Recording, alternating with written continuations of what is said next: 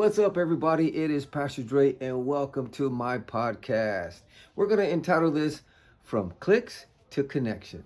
That's right, from clicks to connection. And today I'm going to be talking about 5 common mistakes that church creatives make when building a church website. You ready to get into it? All right. Also, if you enjoy this video, don't forget to like and subscribe. All right, let's do it. The first mistake that I see that creatives make when building a church website is, number one, no blog equals no search visibility. Now, I got my notes over here, so if you see me looking to the left, I'm actually looking at my notes. So mistake number one, not having a blog to attract people through Google. Here's the challenge with that. When you don't have a blog, there's no way to target keywords people are actually searching for. And the impact is your church doesn't show up in local or topic-based searches. There's a quick fix to that. You can start a blog targeting real needs, such as free rehab center in your city, church near me, or you could even target how to find an evangelistic church. So those are all keywords that people are searching in Google. So when you have a blog, you are able to optimize your blog for those keywords. And what I mean by optimize is there's a few steps that you can do in your blog to get it to show up for those keywords when someone types it in. Now, here's a pro tip I want to share with you. If you do basic keyword research using free tools like Google Autocomplete or Ubersuggest, you can find some pretty good keywords, and they're helpful. You see, so if you write blogs that are on topics that people are actually searching for, it's going to help your blog to rank in Google.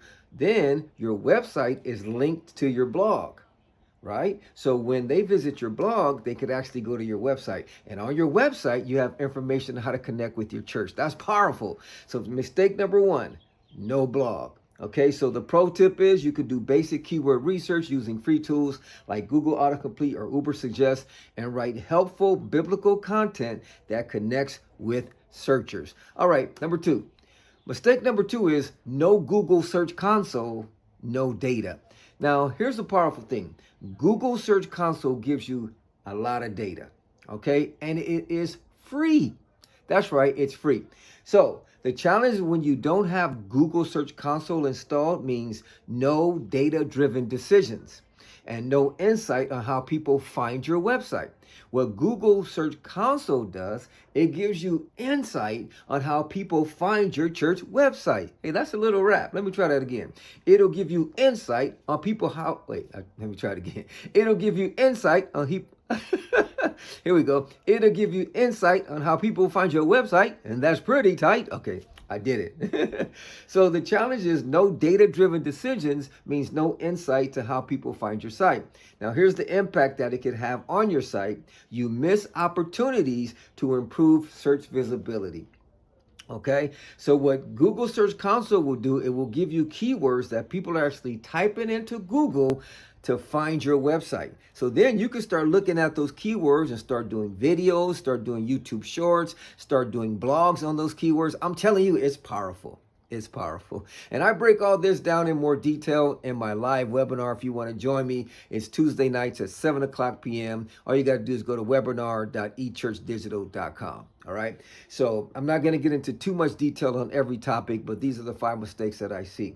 Okay. So you miss opportunities to improve your search visibility. Now, here's a quick fix. You can set up Google Search Console for free. All you got to do is go to Google and type in Google Search Console and follow the steps to get it installed.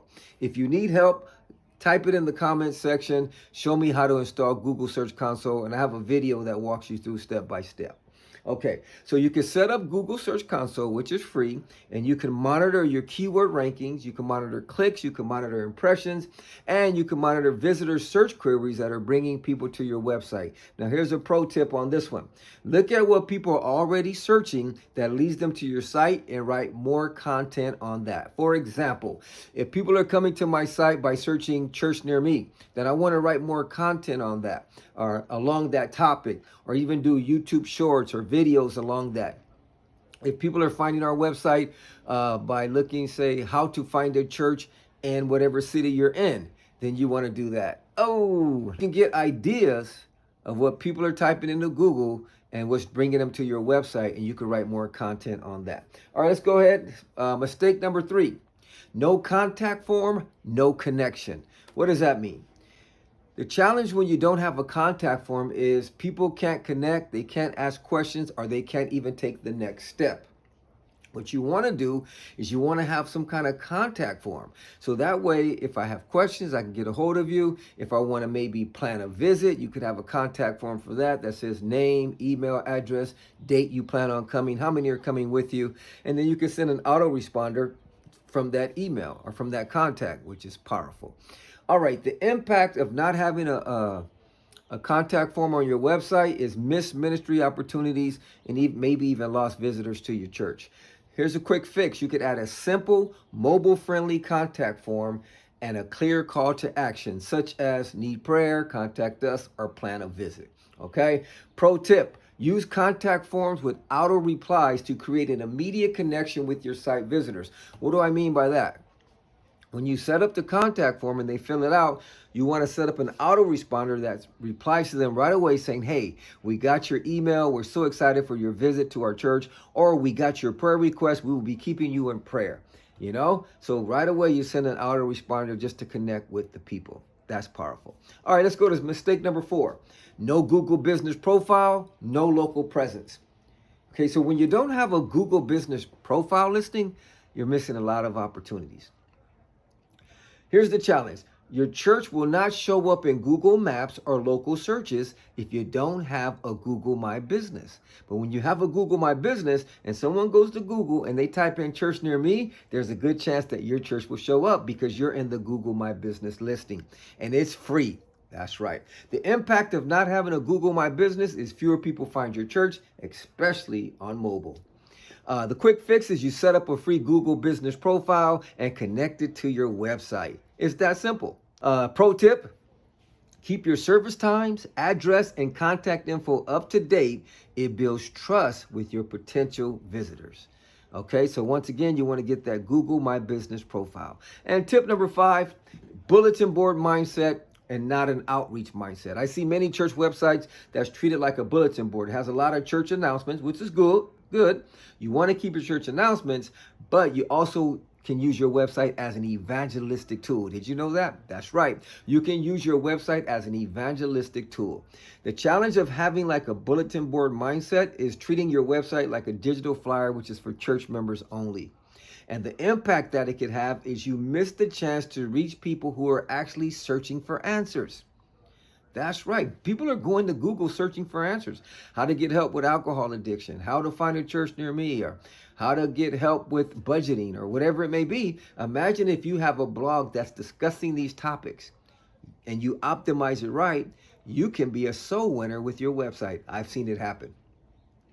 Quick fix to not having to treating your website like a bulletin board is use the site to connect with new people, not just informed church insiders. You want to write blog content that addresses real life issues through a biblical lens. And here's a pro tip. Think of your website as a mission field.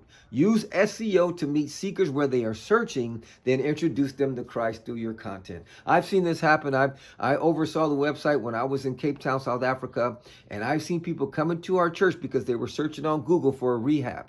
And we were optimized for free rehab in Cape Town. And our blog, when somebody typed in free rehab in Cape Town, our blog shut up. We had testimonies on there of lives that have been changed. And then we put a contact button to contact us. Click here. Or you can see, contact us on the menu of your website. They click there. They call our church. They come to our church service. They get into our free recovery home, they graduate, and now they're on fire for Jesus. My goodness. So you can use your website as an evangelistic tool. So these are the 5 mistakes that I see church creators making when they build a church website. And if you have any questions, go ahead and type them in the comment section. Let's take your online presence to another level. I'm telling you, if you have any questions, type them in the comment section. If this video has been a blessing to you, don't forget to like and subscribe, okay? And I also want to invite you to my Tuesdays live webinars on Tuesday night, 7 o'clock p.m. If you want to join, you just go to webinar.echurchdigital.com. That's webinar.echurchdigital.com, and we can connect there. God bless.